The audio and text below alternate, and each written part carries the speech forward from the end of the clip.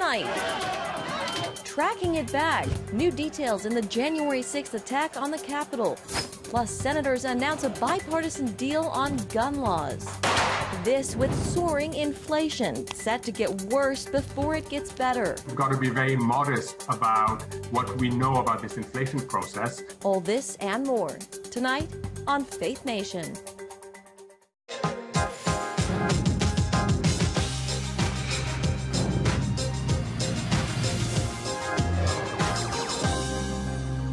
Part 2 of the January 6 hearings, a bipartisan deal on guns and fears over an economic recession. Welcome to Faith Nation. I'm John Jessup. And good evening in Washington, D.C. I'm Jenna Browder. We begin with that high-stakes public hearing on Capitol Hill today, the second act to the Select Committee's primetime event last week. Their focus today, examining claims made by former President Trump and his campaign that the 2020 election was stolen. The committee's goal, attempting to show the election was not stolen, pointing to several in Trump's inner circle who knew that. For more on today's hearing, we're joined by our White House correspondent, Abigail Robertson. Abigail.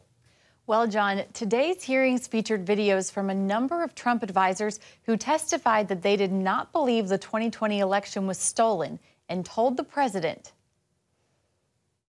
I made it clear I did not agree with the idea of saying the election was stolen and putting out this stuff, which I told the president was bull. Many of the fraud claims came from Trump advisor and attorney Rudy Giuliani. If you gave me the paper ballots, I could probably turn around each one of these states. Witnesses testified Giuliani appeared to be intoxicated and urged Trump to declare victory on election night, a move with which other advisors disagreed. Ballots were still going to be counted for days, and it was far too early to be making any proclamation like that. The results were still being counted. It was becoming clear that the race would not be called on election night. Trump's son-in-law, Jared Kushner, testified he shared his skepticism of Giuliani with the president, telling him this. Basically not the approach I would take if I was you. Okay. And how did he react? How did President Trump react when you shared that view with him? We said, I have confidence in Rudy. Former Attorney General Bill Barr testified he saw no evidence of fraud on a scale that could have impacted election results. I was somewhat demoralized because I thought, boy, if he really believes this stuff, he has, lost contact with he's become detached from reality. Barr saw specific issues with claims the Dominion voting machines were flawed or had been tampered with. I saw absolutely zero basis for the allegations, but they were made in such a sensational way that they obviously were influencing a lot of people, members of the public. Barr quit on December 14th, although others in Trump's circle continued to tell the president the claims were false. Eric and Pat didn't, told the group, the president included, that none of those allegations had been substantiated to the point where they could be the basis for any litigation. People shared this with Vice President Pence, too. He asked me if we were finding anything, and I said that I didn't believe we were finding it, or I was not personally finding anything sufficient to alter the results of the election, and he thanked me. That was our interaction.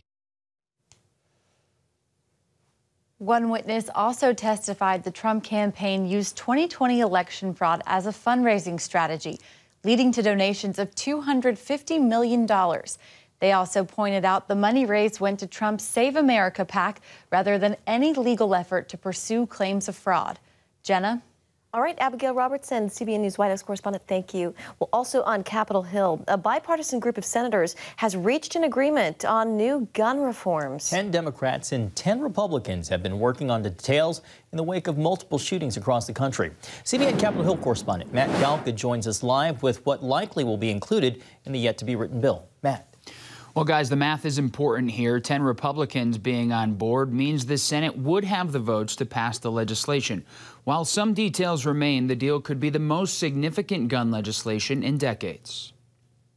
Frankly, to come up short in this moment, to deliver literally nothing again, was just too hard a prospect to contemplate. Some senators were optimistic after they announced there was a path for new gun safety legislation to potentially get passed in Congress. A bill would include funding for states to enact so-called red flag laws, money for school safety proposals and mental health clinics, enhanced background checks for gun buyers under 21, with screening of juvenile mental health and criminal records, and closing the so-called boyfriend loophole, which means enhanced gun buying restrictions for people convicted of domestic violence. How many ways can we say it? Gun violence does not discriminate. It happens everywhere and all the time. It has been happening everywhere all the time because you, Congress, have done nothing to prevent it. The announcement follows a weekend filled with March for Our Lives rallies nationwide amid growing demand for action after mass shootings in Buffalo and Uvalde. Parkland school shooting survivor David Hogg has pushed for change since 2018. When we started doing this work, I thought that the government was at least halfway functional. But unfortunately, it proved not to be when our kids needed to be saved. Texas Senator John Cornyn took the lead for Republicans in working out the deal with Democrats, saying in a tweet, quote, "The tragedies in Uvalde and elsewhere cried out for action." It was critically helpful to have Senator Cornyn, a member of the Judiciary Committee, a tough on crime conservative Republican, making it clear what was possible and what might get more than 10 Republican Senate votes. Now, Democrats hope to have more than the 10 Republicans who signed on to the deal to avoid a filibuster in case any of them would change their minds. Now, they would need to work quickly to not only get a bill in writing, but pass it before an upcoming July 4th recess. Guys? All right, CBN's Matt Galka. Thank you so much, Matt. Well, here with us now, Nathan Gonzalez, editor and publisher of Inside Elections. Nathan, there appears to be momentum, but the big question is, can this framework for action on guns actually produce legislation that will pass in the Senate, and how far away are we from that? Well, first, it feels like we haven't gotten this far on any major bipartisan legislation in quite some time. Unfortunately, it's in the wake of the deaths of 19 people in a school. But if we're looking at this as a blueprint, what are the key ingredients? You mentioned a yet-to-be-written bill. There's progress, there's agreement on some broader principles, but it has to be written and everyone has to stay on board. Whenever you get into specifics, there are opportunities for people to fall off. And it's also remarkable that of the 10 Republicans that have signed on and probably against what some in their party would want, all 10 of them, none of them are facing voters this year. Some of them are retiring and not running for re-election, or other senators are not up this election cycle. And so that could be what helps keep this coalition together and gets it to the House, where you just need Democrats to pass it, but also could be a key for bipartisan legislation in the future, is identify who isn't going to be taking the heat to voters in the immediate election. Nathan, today we saw part 2 of this January 6th committee's televised hearings in the House. Today's focus was on proving the former president's claims of election fraud were false and that many in his inner circle knew that. How effective do you think they were, and your overall thoughts on the day? Well, ultimately, it'll take time to see whether it's effective or not, whether it changes voters' minds or it changes some individual legislators' minds. I think that we should all be interested in this investigation, because no matter who you think did it, we should all want to find out who did it and hold those people responsible, or else something similar or worse is going to happen in the future. So I think it's key. One thing that stuck out to me actually last week was that there was talk about some Republican members of Congress asking the president for pardons. Now, to me, that was a piece that hadn't come up before. And if a member is asking for a presidential pardon, then the natural question is, well, why would you be doing that if no one is doing anything wrong? So I think that's a key thing that the committee might come back to in the future. But this is such a partisan event that it is going to be hard to move people from what they thought before these hearings started. Nathan, tomorrow is another Tuesday in the midterm election cycle. 4 states are holding primaries tomorrow. So what are you looking for from South Carolina to North Dakota? Yeah, first in South Carolina, both Republican Congresswoman Nancy Mace and Congressman Tom Rice have gotten sideways with former President Trump in a couple different ways. Rice either supporting impeachment or Mace has kind of been caught in the middle between not pro-Trump enough and being against Trump. Both face serious primary challengers. So that'll be early in the night on Tuesday night, and we'll see what happens there. And then Nevada, looking at competitive primaries across all of the districts. Incumbent Mark Amodei in the Reno-based district is facing a primary, and then other races where there are Democratic incumbents, but Republicans are choosing their challengers in races that will be key for November, and that Republicans will try to win as they try to get the House majority back. So it's going to be fun. It's going to bring some clarity to the battlefields as we actually get nominees. Yeah, it does seem like every Tuesday the picture gets a little bit clearer and clearer as we approach the November midterms. Nathan Gonzalez with Inside Elections. Always good to see you. Thank you. Thanks, guys. Thanks, Nathan. When we come back, the warning from top economists about the worst inflation in a generation and what it will likely take before it gets better.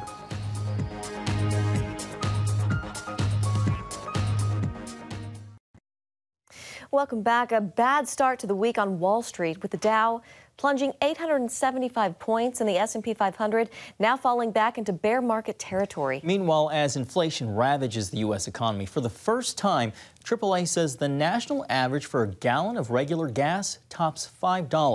CBN's Dale Hurd reports on how economists warn America's inflation crisis will only worsen before it gets better.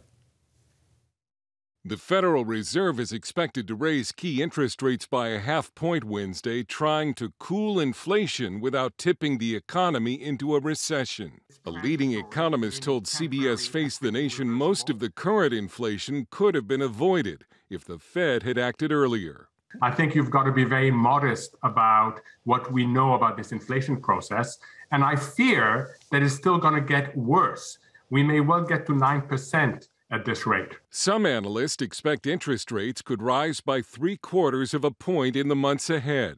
Maybe aggressively, 50, maybe a 75, until we really get inflation under control.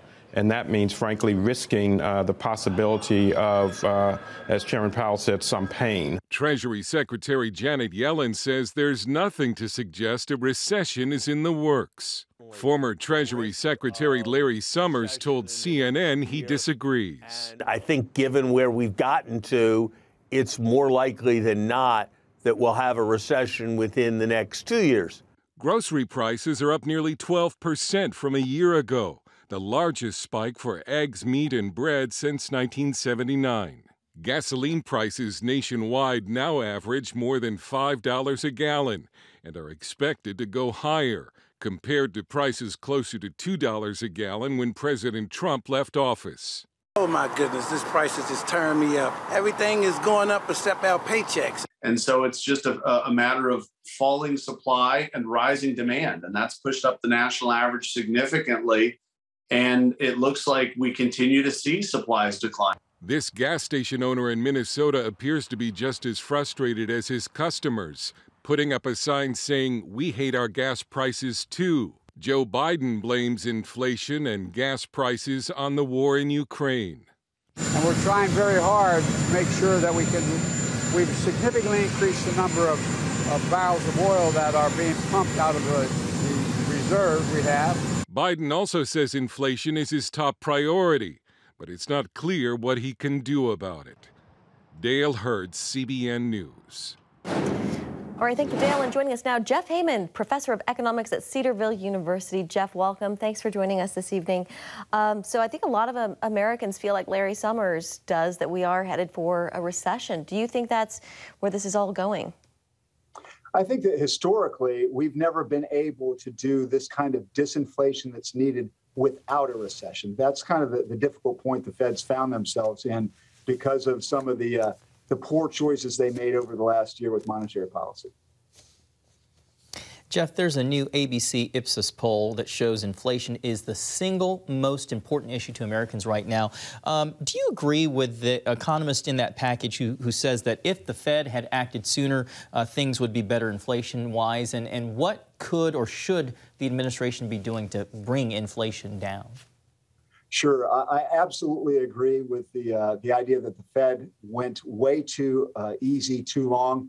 I was skeptical of the initial stimulus on the monetary side that they did in the immediate aftermath of the crisis, say the March through May time of 2020.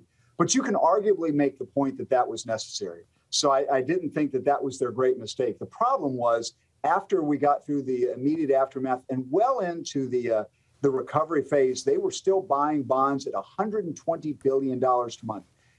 And when they actually raised interest rates, that first little baby step they did in March, the week before, they were still buying and putting more money into the economy.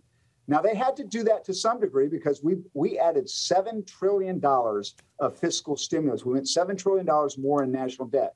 And it's always the central banks of a country that are going to buy the debt of the sovereign. So to some degree, they were trying to keep orderly interest rates in the face of unprecedented fiscal spending. But nevertheless, they added $5 trillion to their monetary base. And much of that was after the immediate aftermath of the crisis. So yes, they should have scaled that back much sooner.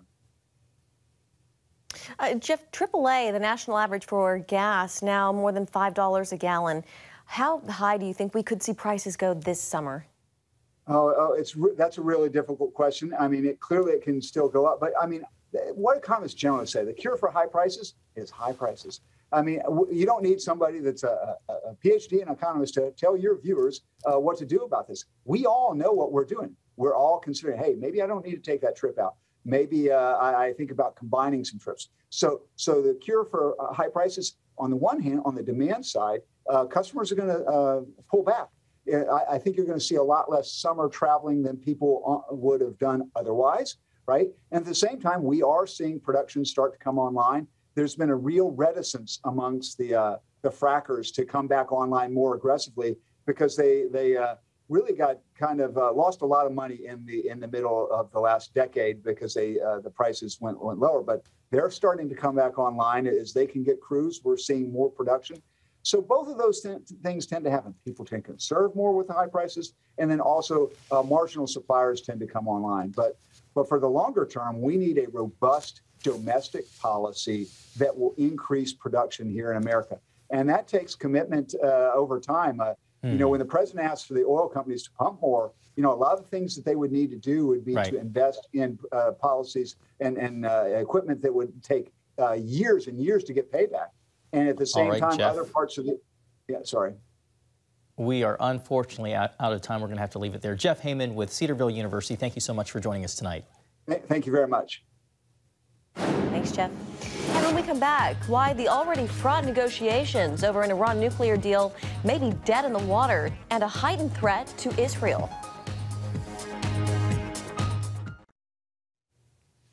Well, welcome back. As tensions rise in the Middle East, Israel is raising its travel advisory from Istanbul, Turkey, to the highest level over Iranian threats to kill or abduct Israelis vacationing within the Turkish borders. The move comes as Iran is removing more than 24 surveillance cameras from its nuclear sites around the country. That announcement coming from the head of the UN's nuclear watchdog agency, as Chris Mitchell reports from Jerusalem. The decision means Iran's nuclear program will be more and more hidden from the eyes of the world. The UN chief nuclear monitor called removing the cameras a serious challenge. Let's hope that emotions, go down a little bit and that we focus again on the problems, because the problems are not disappearing. And if we add to the problems less visibility, less access to the agency, then I don't think we are solving anything. We are aggravating everything. Even before the cameras were turned off, 30 nations voted to censure Iran after the agency discovered nuclear activities at 3 undeclared sites. Israeli Prime Minister Naftali Bennett praised the response. We see in this decision, on the one hand, the lies and hypocrisy of Iran in the nuclear context and in general, And on the other hand, we see here the correct standing of the countries of the world in distinguishing between good and evil when they say clearly Iran is concealing things. Bennett's statement came just before meeting with the UAE's Crown Prince, where Iran likely topped their agenda. In the meantime, the IAEA says Iran plans to increase its uranium enrichment with more advanced centrifuges, approaching weapons-grade levels. On Capitol Hill, lawmakers from both parties signed onto legislation regarding Iran's latest moves. The Defend Act directs the Secretary of Defense to seek to cooperate with allies and partners to identify an architecture and acquisition approach to an integrated air and missile defense system. Iran's growing missile and drone capabilities are seen as a regional threat. Many of our allies in the region have missile defense capabilities, whether it's Patriot systems or other things, in Israel with the Iron Dome system, but they aren't integrated. We need to bring those together, and it is U.S. leadership. As members of the Abraham Accords caucus, the sponsors believe the legislation builds on the agreements. The key to the Abraham Accords and this new relationship that was fostered through the last administration is really about recognizing between Arab and Jewish states that Iran is the common threat. Chris Mitchell, CBN News, Jerusalem. Finally tonight, an 11-year-old girl wowed the audience and the judges on a recent episode of America's Got Talent with her performance of Amazing Grace. Madison Baez-Taylor was there to be a contestant and was watching the taping of the show with her dad, Chris. But the producers put her in the audience to sing during a commercial break, which some contestants do, wanting to see if the judges would notice her. Take a look. Here's what happened.